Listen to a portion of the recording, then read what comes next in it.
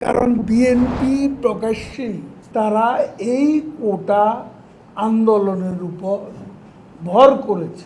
এখানে পলিটিক্সের উপাদান যুক্ত হয়ে গেছে।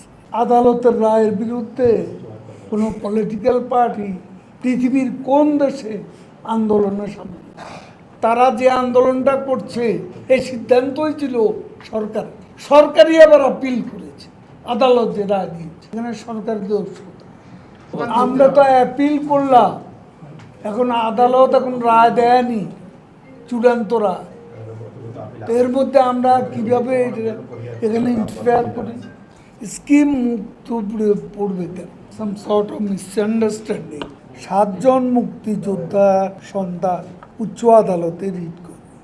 দেশের উচ্চ আদালত কোটা বাতিলের পরিপত্র বাতিল করেছে। সরকার পক্ষের আইনজীবী হাইকোর্টের রায়ের বিরুদ্ধে অ্যাপিল করেছে।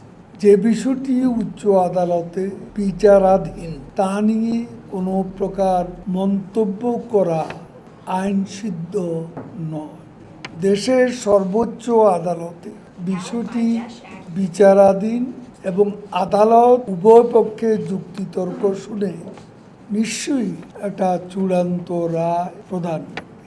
উচ্চ আদালতের রায় না হওয়া পর্যন্ত আমাদের অপেক্ষা করতে এবং কোনো প্রকার উত্তেজনা এবং রাস্তাঘাট বন্ধ করে মানুষের দুর্ভোগ সৃষ্টি পরিহার করা উচিত।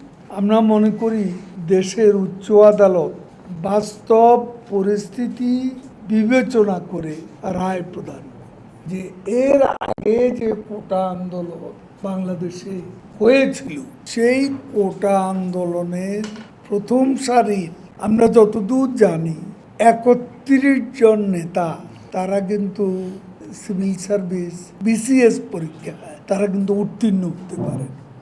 এটা আপনারা হিসেব নিতে পারেন।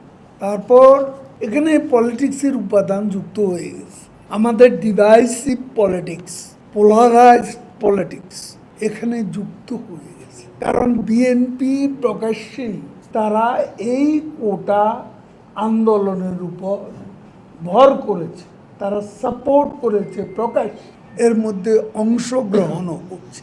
এখানে কারা কারা যুক্ত আছে সেটা কোনো ষড়যন্ত্রের অংশ কিনা সেটা যে আন্দোলনের গতিধারা এর মধ্যে বোঝা যাবে।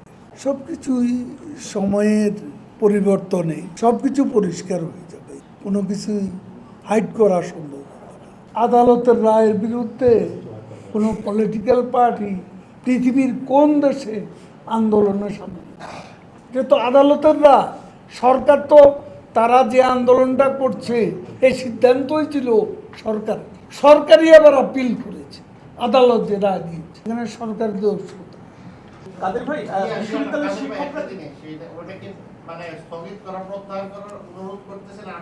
আমি যা বক্তব্য রেখেছি এ থেকে বুঝে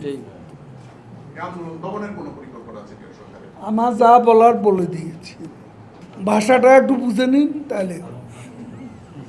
স্কিম মুক্ত পড়বে কেন? সাম সর্ট অফ মিসআন্ডারস্ট্যান্ডিং এখানে থাকতে পারে। পদমর্যাদার ভিত্তিতে যেটা বাস্তবসম্মত আমরা সেটাই করতে চাই। আমরা তো অ্যাপিল করলাম, এখন আদালত এখন রায় দেয়নি চূড়ান্ত রায়, এর মধ্যে আমরা কিভাবে এখানে ইন্টারফেয়ার করি?